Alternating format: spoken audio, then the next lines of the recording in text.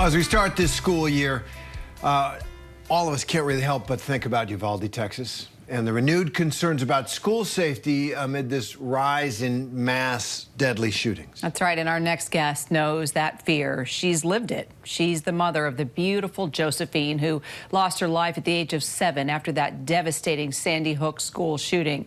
But within that loss, Michele Gay found new purpose. She co-founded a nonprofit group called Safe and Sound Schools to help rethink school safety. Michele joins us now not only in the spirit of her daughter Joey, but to help us all navigate our worries as parents while working to ensure that every school in our country is safer. So glad to have you with us, you know, and as you've witnessed Uvalde, all of us watching the kids go back to school today, I'm sure that that took you back to Sandy Hook, the loss of your daughter Joey. What was going through your mind, Mom, as you watched all of our kids go back to school the past few weeks and having to witness these school shootings that have happened within the past year? You know, it always does take you back in time, exactly. And even, you know, as we approach this time of year, remembering what the beginning of that last school year for Josephine was like, remembering what it was like to have to send our kids back to school, listening to Tessa's mom or talk about, you know, about her experiences as a teacher, not being ready to send her kids back to school. Just all of that resonates in such a very personal way. And Michele, the organization Education Week tracks school shootings, and they've found that there have been 29 shootings at American schools so far this year, which resulted in injuries or death. And as you think about that, as all of us think about it, what do you think are the highest priorities that need to get accomplished to make our schools safer? So I think there are a lot of great solutions out there, a lot of wonderful programs, but I think where we tend to fall short in terms of school safety is we just overwhelm people. It's hard for them to pull it all together. So that's a lot of our work at Safe and Sound Schools is through this comprehensive framework that we've developed. We live and breathe by it. All the training and education that we deliver, all the resources that we create, that we source out there, really aimed at helping people to find their place in that framework, whether it's mental and behavioral health, you know, whether it's physical safety and security, whether it's leadership. Everybody has something to bring to this process and to this work. We don't have to all know it all, but all together we can do that. You know, we can bring it all together and work together as a team. So I think those are the key priorities, but it comes down to providing a balance of physical safety and psychological safety.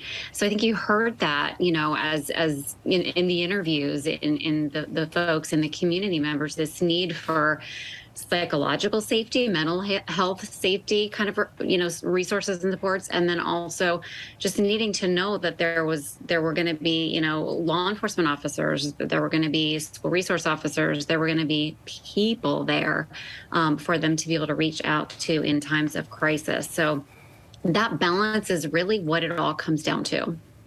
So let's talk about some specifics here, Michele. I know every day you're inspired by your daughter, Joey, to make a difference. What have you been the most proud of so far with regard to your organization and ensuring better safety and security measures in our schools? Where have you seen progress?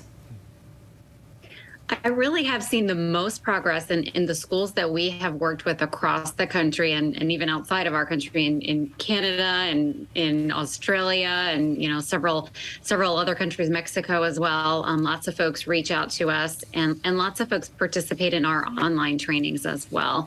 But what I have seen that's been most exciting is that team approach. When we see communities come together and pool their resources, get on the same team, begin working in the same direction, that's where we have really started to see the silos break down. People start sharing important information and they start intervening. You know, they start focusing on prevention and helping people who are crying out for help, as opposed to the more reactive, punitive type of approach, which, you know, we have to have. We have to have the ability to respond in moments of crisis. It's essential. It's part of it all. But there's a lot we can do, many days, weeks, months, years before these crises ever unfold, with some very simple interventions that we have the power to enact in our own communities. Well, that's encouraging, especially for people in Uvalde who did endure that hour and a half where the system failed them in the emergency. And I want to ask you about the decision of some parents in Uvalde not to send their children back to those schools, and more broadly, that sense that the other side of the equation, the shooters, where they're coming from, why now? Why in this generation? Didn't happen in my generation, didn't happen in my grandparents' generation. People weren't shooting up schools, even though there were lots of guns in schools in rural areas in America. It's today that this sickness is attacking our children. What do you make of that, and of Uvalde's the parents of Uvalde who've decided, I can't do it. I can't send my child back to that school?